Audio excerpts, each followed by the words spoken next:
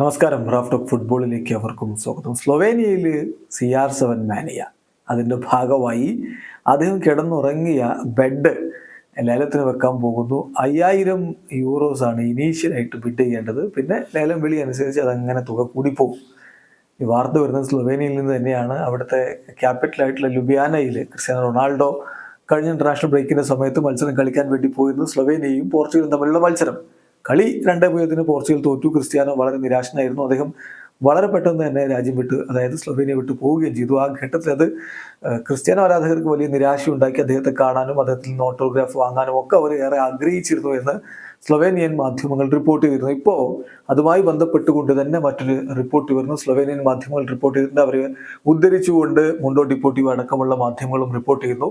അന്ന് Portuguese team stay ചെയ്ത the grand plaza hotel, ലുബിയാനയിലെ ദി ഗ്രാൻഡ് പ്ലാസ ഹോട്ടൽ, ആ ഹോട്ടൽ അധികൃതർ ക്രിസ്ത്യാനോ റൊണാൾഡോ അന്നത്തെ ദിവസം കിടന്നുറങ്ങിയ ബെഡ് ലേലത്തിന് വെക്കാൻ തീരുമാനിച്ചിരിക്കുന്നു. 5000 യൂറോസാണ് അതിൻ്റെ ഇനീഷ്യൽ പ്രൈസ് ആയിട്ട് വെക്കുന്നത്. അപ്പോൾ ക്രിസ്ത്യാനോ ആരാധകർക്ക് സ്വാഭാവികമായിട്ടും ആ ഒരു ബെഡുമായി ബന്ധപ്പെട്ട ലേലത്തിൽ പങ്കെടുക്കാൻ താല്പര്യമുണ്ടാവും.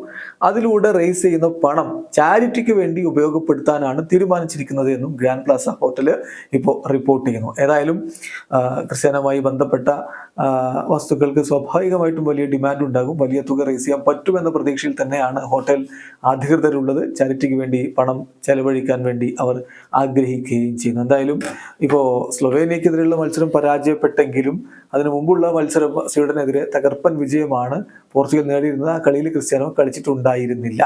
പോർച്ചുഗൽ ഇപ്പം റോബർട്ടോ മാർട്ടിനസിന്റെ കീഴിൽ മികച്ച പ്രകടനം നടത്തിക്കൊണ്ടിരിക്കുന്നു. ആദ്യമായിട്ടാണ് ഒരു കളി പരാജയപ്പെട്ടിരിക്കുന്നത്. എങ്കിലും യൂറോ കപ്പിന് അവർ വളരെ ഫേവറേറ്റുകളായി തന്നെയാണ് പരിഗണിക്കപ്പെടുന്നത്. വീഡിയോ അവസാനിക്കുന്നു. ഫുട്ബോൾ ലോകത്തെ കൂടുതൽ വിശേഷങ്ങളുമായി റാഫ് ടോക്സിൽ വരാം.